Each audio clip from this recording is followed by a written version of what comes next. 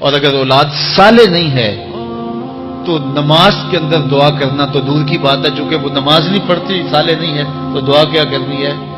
ایسی اولادوں کو بھی میں جانتا ہوں جنہوں نے اپنی سکی ماں کا جنازہ نہیں پڑھا، سکے باپ کا جنازہ نہیں پڑھا۔ ویسے ایک ایسے بد نصیب کو میں جانتا ہوں جس نے واقعتاً ہی نہیں پڑھا، آیا ہی نہیں، قبرستان میں بھی نہیں آیا، لیکن بہت سارے ایسے لوگوں کو میں جانتا ہوں جو قبرستان میں آئے ہیں لیکن اپنے باپ کا، اپنی ماں کا جنازہ نہیں پڑھا، جنازگاہ میں کھڑے رہے، جنازہ نہیں پڑھا۔ آپ سوچتے ہوں گے کوئی ایسا بد نصیب بھی ہو سکتا ہے؟ میں کہتا ہوں ایسے بد نصیب لوگوں کو آپ بھی جانتے ہیں۔ یہ کون بد نصیب ہیں؟ جنہیں جنازہ آتا نہیں، ساری زندگی لوگوں کے جنازوں میں رسمن کھڑے ہو کے آ جاتے ہیں۔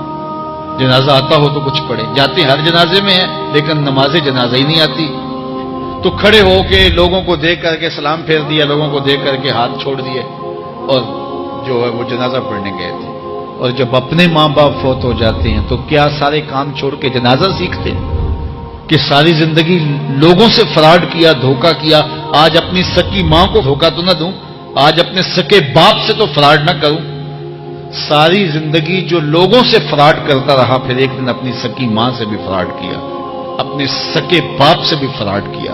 اور مجھے بتاؤ شخص سے بڑا کوئی بدبخت ہو سکتا ہے کہ جو اپنی سکی ماں سے فراڈ کرے اور وہ بھی مرنے کے بعد، سکے باپ سے فراڈ کرے، اس کی لاش پڑی ہوئی ہو اور وہ اس سے فراڈ اور دھوکہ کر رہا ہو؟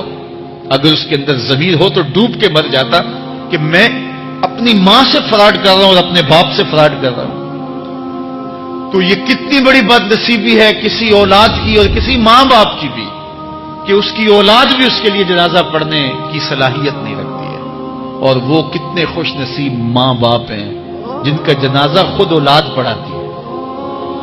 اتنی صلاحیت اور اس قدر اللہ نے ان کو خیر کی توفیق دی ہے کہ وہ خود اس قابل ہے اور اس منصب پہ ہے کہ وہ اپنے ماں باپ کا خود جنازہ پڑھائے۔ کوئی جنازہ پڑھائے بڑی برکت ہے، لیکن جس خلوص سے بیٹا دعا کر سکتا ہے کوئی اور تو نہیں کر سکتا ہے۔ تو اپنی اولادوں کو نماز جنازہ سکھاؤ، اپنی اولادوں کو دین سکھاؤ، یہ عادی بن جائے نماز کے، تاکہ بعد از انتقال دعاؤں کے سلسلے جاری رہیں۔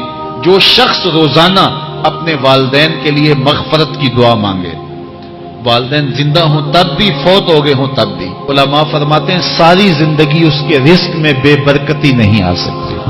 تو اپنے ماں باپ کو خوش رکھیے گا اگر زندہ ہیں تو، اور اگر فوت ہو گئے ہیں تو ان کے لیے دعاؤں کا سلسلہ کبھی بھی موقوف نہ ہونے دیجیے گا۔ 5 گانا نمازوں میں تو دعا چلتی ہی رہتی ہے، اس کے علاوہ بھی دعا مانگے۔ اللہ آپ کو، مجھے، سب کو اپنی رحمتوں کے سائے میں رکھے، ہم سب کے ماں باپ کی مغفرت فرمائے۔